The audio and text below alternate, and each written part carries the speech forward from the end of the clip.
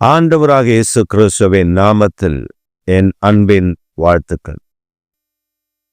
இந்த காலை தியானத்திற்காக நாம் தெரிந்து கொள்கிற வேத வசனம் மத்தேயு எழுதின சுவிசேஷம் 3ஆம் அதிகாரம் 6வது வசனம். தங்கள் பாவங்களை அறிக்கையிட்டு யோர்தான் நதியில் அவனால் ஞானஸ்தானம் பெற்றார்கள். தங்கள் பாவங்களை அறிக்கையிட்டு ஞானஸ்தானம் பெற்றார்கள். கர்த்தருடைய வசனம் இப்படியாக சொல்லுகிறது. ஒரு மனிதன் ரட்சிப்பின் ஆசீர்வாதங்களை அனுபவிக்க வேண்டுமே என்றால் அவன் முதலாவது மனம் திரும்ப வேண்டும். First of all, he should repent from his sin. அவன் தன்னுடைய பாவத்திலிருந்து மனம் திரும்ப வேண்டும். இரண்டாவது, அவன் ஞானஸ்நானம் பெற வேண்டும்.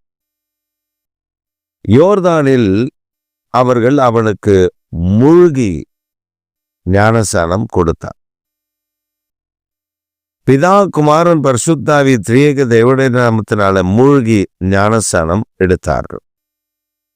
யோர்தானில் தெளிக்கவில்லை, மூழ்கினார்கள். நாம் தேவனுடைய சமூகத்தில்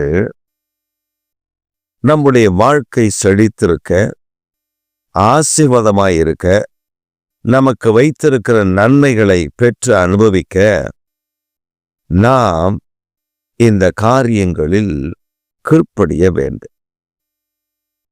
சிலர் அநேக காலங்களாய் ஆண்டவரை அறிந்திருப்பார்கள், ஆலயத்திற்கு போவார்கள், ஜெபம் பண்ணுவார்கள். ஆனால் இந்த ஞானஸ்நானம் என்று வரும்பொழுது they are not prepared. அவர் சொல்லுவார்கள், நாங்கள் ஆயத்தம் இல்லை, ஞானஸ்நானம் எடுப்பதற்கு இன்னும் ஆயத்தப்படவில்லை. ஆனால் யோர்தான் நதிக்கரையில் யோவான் ஸ்நானகன் என்கிற ஒரு தேவ மனிதன் வந்த ஜனங்களுக்கு, அவனிடத்தில் வந்து பாவங்களை அறிக்கை செய்த ஜனங்களுக்கு அவன் ஞானஸ்நானம் கொடுத்தான் என்று வேதம் சொல்லுகிறது. He never ever preached in midst of the people. ஜனங்களுக்கு நடுவில் அவன் பிரசங்கம் பண்ணவில்லை. மாறாக அவன் வனாந்திரத்தில் கூப்பிடுகிற சத்தமாய் இருந்தான். He preached the word of God in the wilderness. He proclaimed the word in the wilderness. He prophesied the word in the wilderness. But people are searching. அவன் வனாந்திரத்தில் கர்த்தருடைய வார்த்தையை சொன்னான், வனாந்திரத்தில் கர்த்தருடைய தீர்க்க தரிசனத்தை சொன்னான், வனாந்திரத்தில் தேவன் கூப்பிடுகிற சத்தமாயிருந்தான். இப்படி வனாந்திரத்தில் பேசினவன் இவனை தேடி ஜனங்கள் ஓடி வருகிறார். பின்னுள்ள வசனங்களில் சொல்லுகிறது, விரியன் பாம்பு குட்டிகளே, வரும் கோபாக்கினைக்கு தப்பித்துக் கொள்ள வகை காட்டினவன் யார்? உங்களுக்கு வகை காட்டினது யார்? உங்களை இந்த பாவ தண்டனையிலிருந்து தப்பித்துக் கொள்வதற்கு உங்களுக்கு வழி யார் சொன்னது? ஜனங்கள் சொல்லுகிறார்கள், நாங்கள் பாவ உணர்வு அடைந்து விட்டோம். We are sinners. We are not holy people, we are sinners. We confess our sins and we need a baptism. நாங்கள் பாவிகள், எங்கள் பாவங்களை அறிக்கையிட்டு ஞானஸ்நானம் எடுக்கும்படி வந்திருக்கிறோம். அவர்களுக்கு ஞானஸ்நானம் கொடுத்தார். அவர்கள் வாழ்க்கை மாறினது, செழிப்பு உண்டானது, ஆசீர்வாதம் உண்டானது, பரிசுத்த ஆவியானவரை பெற்றுக்கொண்டார். கர்த்தருடைய நாமத்தை தொழுது கொண்டார்கள். அவருடைய வாழ்க்கையில் என்னென்ன உபத்திரவங்கள், என்னென்ன பாடுகள், என்னென்ன பிரச்சனைகள், என்னென்ன தீமைகள், என்னென்ன வேதனைகள் இருந்ததோ அவைகள் அத்தனையும் மாற்றப்பட்டது. தங்கள் பாவங்களை, அதான் வேதம் சொல்லு, தன் பாவங்களை மறைக்கிறவன் வாழ்வடைய மாட்டான். அவைகளை அறிக்கை செய்து விட்டு விடுகிறவனும் இரக்கம் பெறுவான். அறிக்கை செய்கிறதோடு மாத்திரமல்ல, அதை விட்டுவிட வேண்டும். நாம் சில நேரங்களில் அறிக்கை செய்கிறோம்.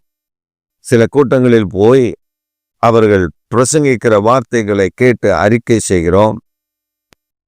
அது ஒரு 10 நாள் நம்மால தாக்கு பிடிக்க முடியும். அதற்கு பின்பு அந்த பாவத்திலிருந்து நாம் விடுதலை பெறுவதற்கு விரும்புவது இல்லை. இது நடைமுறைகள் நிறைய வாலிபர்கள் என்னோடு கூட பேசி இருக்கிறார்கள். நடைமுறையில் நிறைய வாலிபர்களுக்கு நான் ஆலோசனை கொடுத்திருக்கிறேன். அப்படி அவர்கள் வந்து சொல்லும்போது சொல்வார்கள், பாஸ்டர் இந்த மாதிரி நான் இந்த பாவத்தில் இருக்கிறேன். ஓப்பனா பேசுவான். இந்த பாவத்திலிருந்து நான் வெளியே வரணும்னு நினைக்கிறேன்.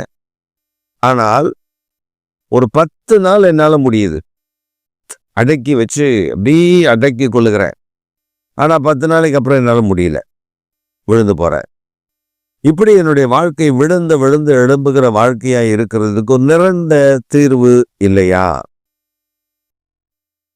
அப்ப நான் அவர்களுக்கு சொன்ன ஒரு காரியம்,